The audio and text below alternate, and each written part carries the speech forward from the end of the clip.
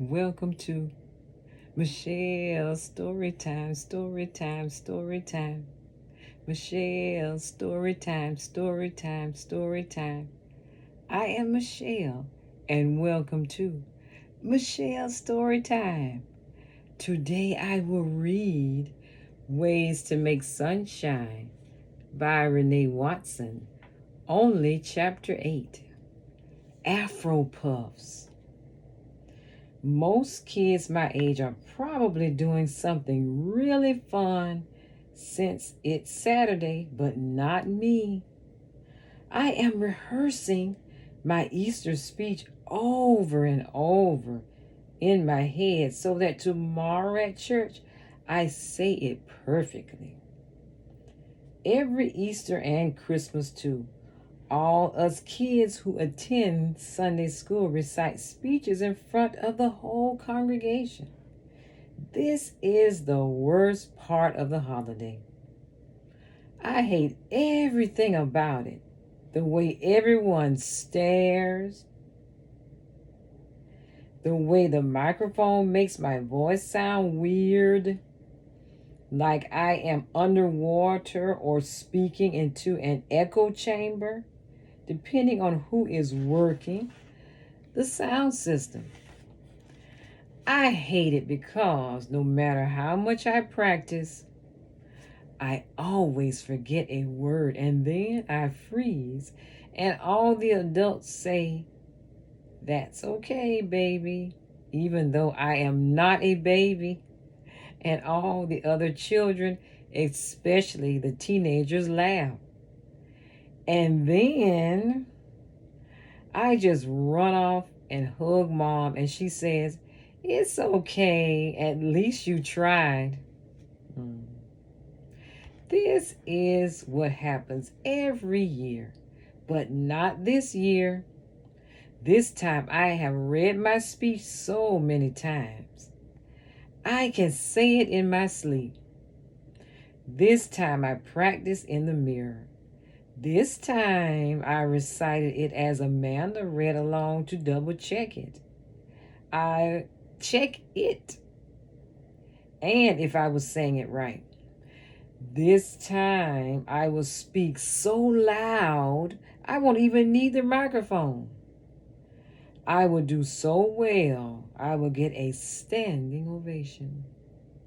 This is what I'm talking about just before Grandma comes over to do my hair. She is coming to get me looking good for tomorrow because for our family, Easter is not only about speeches, it is about new spring dresses and Sunday shoes, every hair in place. It is about family dinner, deviled eggs, honey, ham, mashed potatoes, mac and cheese, and collard greens. Yummy. It is about wicker baskets full of chocolates and plastic eggs full of surprises. When Grandma comes, she hugs me and Ray and then walks through the house with Mom, who is showing her every room. It's it's nice, Grandma says. Isn't it? The size adjustment took some getting used to, but I don't think it's that bad. I think it's cozy. Yes, cozy. That's the word I was looking for, Grandma says. Grandma is a brown woman, tall like the sunflowers that rise in the community garden down the street. Nothing about her is small or quiet or timid. She goes into the kitchen and calls out to me, "Ryan, come on in here and let me fix you up." Grandma used to be a beautician. She owned a hair salon and made a living making women look pretty. She closed the shop last year, but she still does hair for special clients. She is standing at the stove. When she turns it on, the fire blazes up and she adjusts the knob to make the fire settle to a low flicker. Grandma sets the pressing comb on the stove. The iron teeth of the comb begin to warm, and just as smoke rises, I sit down in the chair in front of her. She unbraids the thick twist Mom did after she washed my hair last night. Now my hair is dry and ready to be straightened. Most times I wear my hair in a big puffy ponytail. Sometimes Mom does two-strand twists and my hair hangs like the black yarn she uses when she sews dollies for her Saturday market booth. I only get my hair straightened for special occasions. Grandma begins pressing my hair. Child, there is no mistaking it. You are a black girl and you have black hair, Grandma said. She says this every time she presses my hair. It is so thick, just like your mama's. She pulls a comb through my kinky yarn, and like magic, I feel the silky strands fall to my shoulders. Weatherman says there's a chance of morning showers, but then clear and dry for the rest of the day. You know, if it gets wet, it will puff right back out, and all this time spent straightening it will be a waste. Yes, ma'am, I say.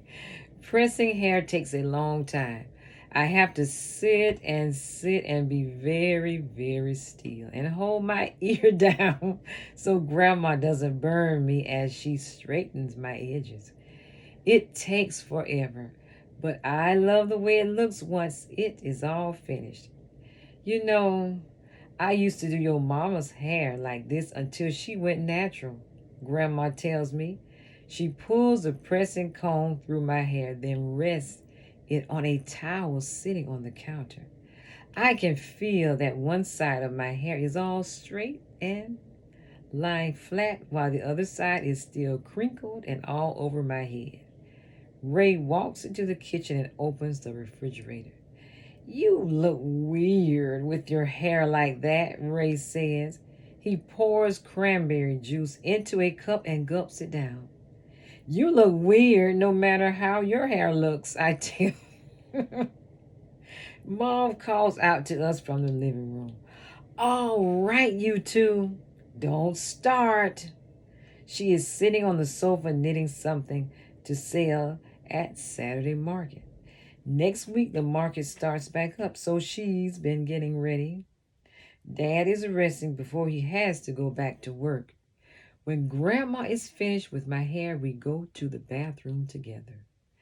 I stand in front of the vanity and she holds up a mirror behind me so I can see how I look. I love it, I tell her. I look beautiful.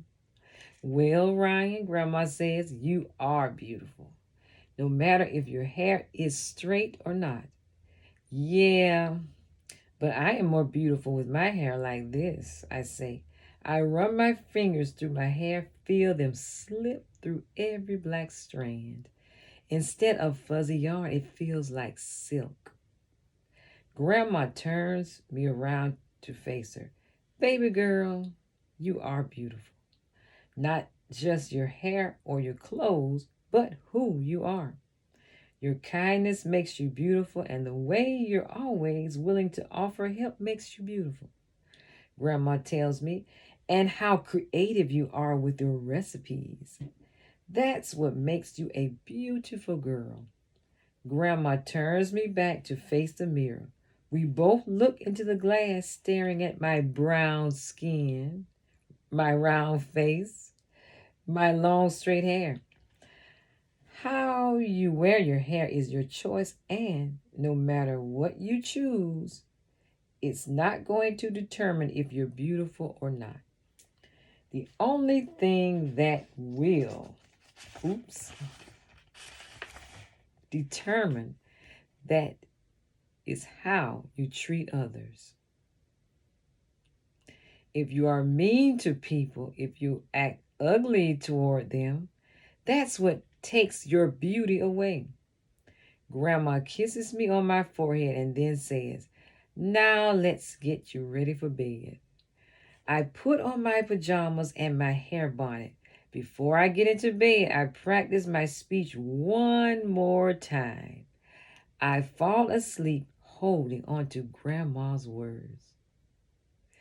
That is the end. And please remember to come back to listen to Chapter 9. Thank you for listening. Bye bye.